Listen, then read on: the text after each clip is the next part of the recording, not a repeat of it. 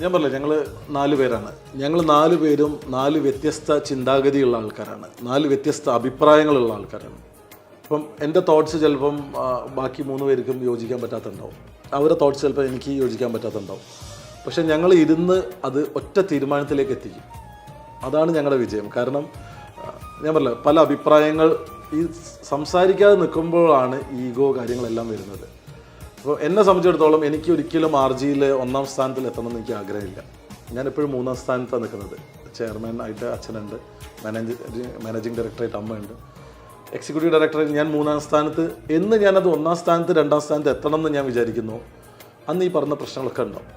അതൊരിക്കലും എനിക്ക് ആഗ്രഹിക്കാത്ത കാലം സ്മൂത്തായിട്ട് കാര്യങ്ങൾ പോകും. പക്ഷേ എല്ലാ ദിവസവും ഞങ്ങൾ വീട്ടിൽ ഒരു അരമണിക്കൂർ ഞങ്ങൾ എല്ലാവരും ഒരുമിച്ചിരിക്കും. അതിലൊരു 15 മിനിറ്റ് ഞങ്ങളതിൽ കച്ചവടം സംസാരിക്കും. ഈ 15 മിനിറ്റിൻ്റെ ഇടയിൽ ഞങ്ങൾ അടികൂടും, തെറ്റി പിണങ്ങി ഇറങ്ങിപ്പോവും.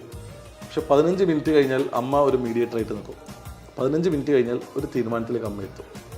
ആ അമ്മ എത്തുന്ന തീരുമാനമാണ് ഞങ്ങളുടെ ഫൈനൽ തീരുമാനം.